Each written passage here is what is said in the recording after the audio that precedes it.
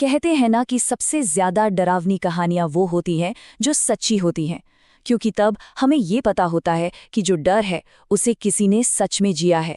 आज हम 1990 के दशक के बेंगलुरु की एक ऐसी ही कहानी में उतरने वाले हैं जिसने पूरे शहर की नींद उड़ा दी थी। जरा एक पल के लिए सोचिए, क्या हो अगर रात के अंधेरे में आपके दरवाजे पर एक दस्तक आपकी जिंदगी की आखिरी दस्तक बन जाए। बस इसी एक सवाल ने एक पूरे शहर को कई रातों तक जगाए रखा था। तो चलिए सीधा चलते हैं उस दौर में। बात है 1990s की, जब भारत का आईटी हब बैंगलोर एक बहुत ही अजीब और भयानक डर की गिरफ्त में था।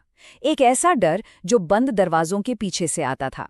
सब कुछ एक अफवाह से शुरू हुआ। शहर में ये बात तेजी से फैलने लगी कि रात के सन्नाटे में कोई भटकती हुई आत्मा, कुछ लोग उसे चुड़ैल भी कहते थे, वो घर घर जाकर दरवाजे खटखटाती है। और ये सिर्फ एक कहानी नहीं रह गई, देखते ही देखते पूरे शहर में दहशत की एक लहर दौड़ गई।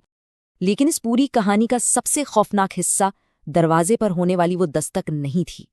नहीं, असली डर तो दस्तक के बाद शुरू होता था। ये दस्तक होती थी आधी रात को, करीब 2 से 3 बजे के बीच।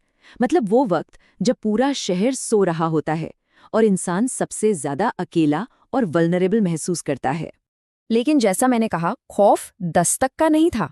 खौफ था उस आवाज का जो दस्तक के बाद सुनाई देती थी। वो आत्मा, वो आपकी किसी अपने की आवाज में पुकारती थी। सोचकर देखिए, दरवाजे के बाहर से आपकी माँ की आवाज आ रही है, बेटा दरवाजा खोलो, और आपकी माँ तो आपके बगल वाले कमरे में सो रही हैं। ये जो धोखा था ना, यही सबसे बड़ी दहशत थी। और कहते हैं कि इस धोखे का अंजाम बहुत ही भयानक था। माना जाता था कि जो कोई भी इस आवाज पर यकीन करके दरवाजा खोल देता, वो या तो अगले दिन मरा हुआ मिलता या फिर हमेशा के लिए गायब हो जाता। तो जब डर लोगों पर इस कदर हावी हो गया और रातें जाग कर कटने लगी, तो इसी खौफ से एक बड़ा ही अनोखा उपाय निकला। एक ऐसा उपाय जिसे नालेबा कहा गया। ये किसी एक इंसान की सोच नहीं थी, बल्कि ये पूरे समाज की कोशिश थी। जब डर ने हर घर में दस्तक दे दी, तो बैंगलोर के लोगों ने मिलकर इस अनजान दुश्मन से बचने के लिए एक रास्ता निकाला। उन्होंने अपने घरों के दरवाजों और दीवारों पर चाक या मिट्टी से कन्नड़ भाषा में 2 शब्द लिखने शुरू कर दिए, नाले बा।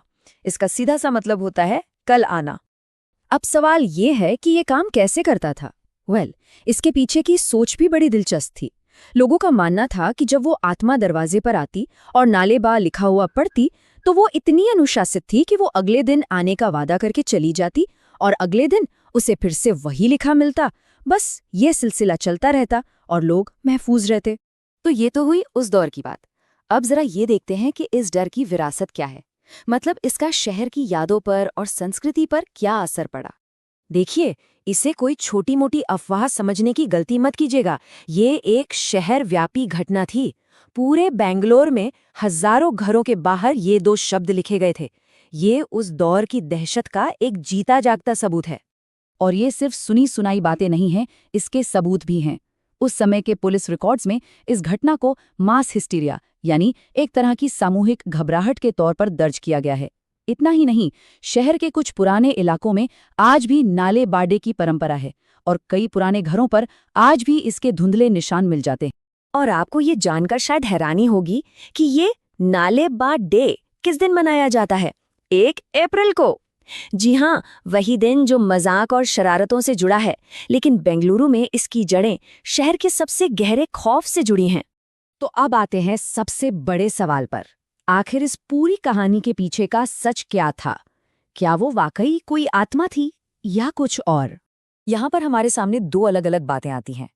एक तरफ है लोक कथा, जो कहती है कि एक भटकती आत्मा थी जो अपनों की आवाज में लोगों को अपना शिकार बनाती थी। और दूसरी तरफ है मनोविज्ञान। साइकोलॉजी इसे मास हिस्टीरिया कहती है। मतलब एक ऐसी हालत जहां डर इतना ज्यादा फैल जाता है कि लोगों को वो चीजें महसूस होने लगती हैं जो असल में होती ही नहीं। लेकिन एक बात है, जिन लोगों ने उस रात दरवाजे के बाहर अपनी माँ की आवाज सुनी थी, जबकि उनकी माँ असल में उनके साथ कमरे में सो रही थीं, उनके लिए ये सिर्फ हिस्टीरिया जैसा कोई किताबी शब्द नहीं था। नहीं, उनके लिए वो खौफ 100% असली था। विज्ञान तो इसे मास हिस्टीरिया का नाम दे देता है, पर उन लोगों के लिए जिन्होंने उस आवाज को सच में सुना था, उनके लिए वो क्या था? ये एक ऐसा सवाल है जो आज भी बेंगलुरु की पुरानी गलियों में गूंजता है।